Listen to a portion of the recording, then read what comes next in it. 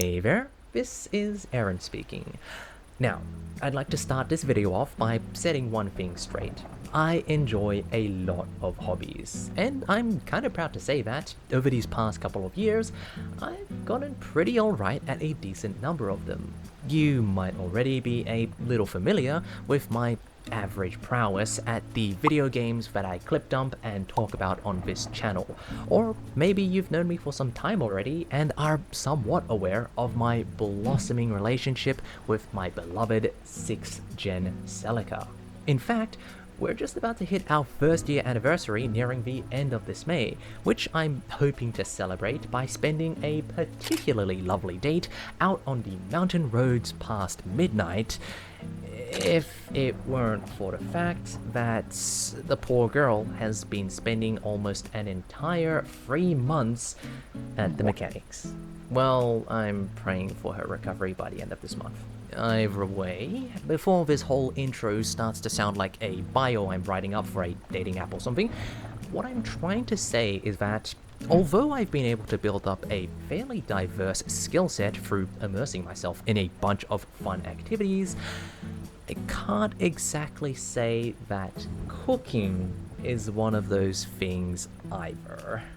Well, I wouldn't go so far as to imply that you'd want to kick me out of the kitchen at any cost, because as far as I'm concerned, I do know how to make a couple of dishes that are admittedly pretty simple, but also very tasty. However, when it comes down to it, I'm the type of person who would rather watch someone else cook and help out a little bit here and there, all to reap the benefits in the end, instead of going out of my way to make something substantial myself, if I can help it. I'm an instant noodles, fast food type of guy, you know? That being said, if you do ever find me cooking something slightly healthier in the kitchen, more often than not, I'll be making a dish that has egg as a key ingredient, if not the main one. See, you might be a master chef who serves a ton of people on the daily, or perhaps you're a little more like me. At any rate, whether it's part of the most delectable premium cake you've ever had from that super underrated patisserie, or maybe it's literally the only thing sitting on your plate, it's hard to disagree that the humble egg is a very popular ingredient when it comes to nom-noms. And just like how eggs are an ingredient to a finished meal, video game mechanics are the foundation of a well-crafted video game experience. It's 2025 now, yet commercially available video games have been around before even I was born, so I'm sure you're already acquainted with the many different types of scrumptious mechanics out there, both new and old, simple and complex. And so, if you were to ask me what the egg of video game mechanics is, as a dopamine addict who really enjoys a solid, action-packed title, I'd have to bestow this totally amazing moniker to the good old parry.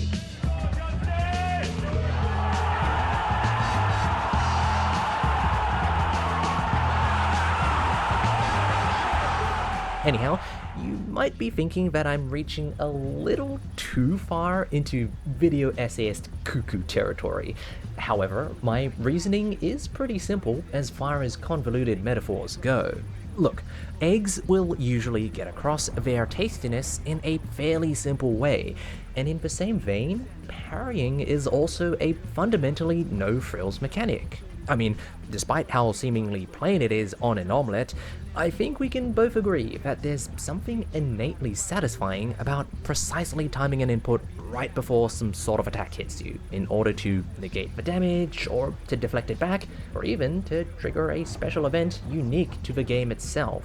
Whatever reason that may be, it does resultingly present parrying as a very enticing addition for developers when it comes to popping an engaging mechanic into their game, as is the case with me and how I like putting eggs into most of my dishes. In fact, it's actually pretty hard for me to decide whether I like eggs more than parrying, or vice versa, now that I think about it. Still, when it comes down to it, having some form of parrying available in basically any video game I play automatically adds a couple of brownie points to my overall enjoyment factor with it.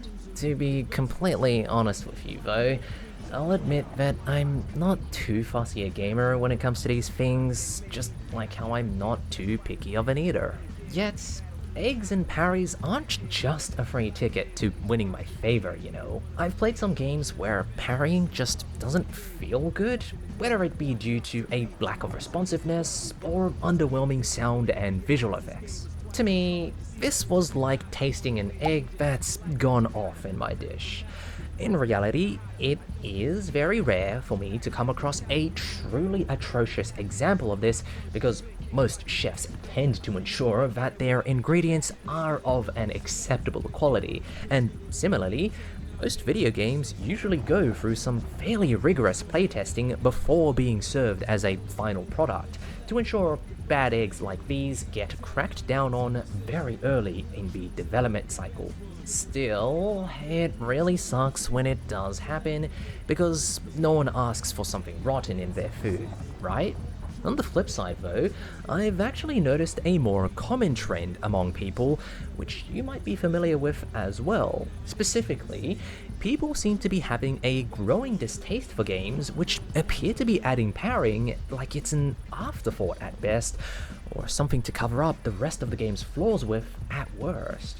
As I previously mentioned, I do have quite the bias for enjoying parries so long as it's functional, but even I have to agree somewhat with this particular sentiment. To put things into perspective, a dish could use the best eggs one could buy with money, yet in the grand scheme of things, if the cooking itself was subpar or didn't have a need for the eggs in the first place, it's kinda obvious what result that would lead to. But, you know what? All of these problems stem from the fact that a lot of the time, most games tend to be an all-in signature dish, where the recipe is rarely changed after everything is said and done. Funnily enough though, what happens if that dish is ever changing, and the recipe keeps improving as the days, weeks, and months go by? Well, you get stuff like ULTRAKILL.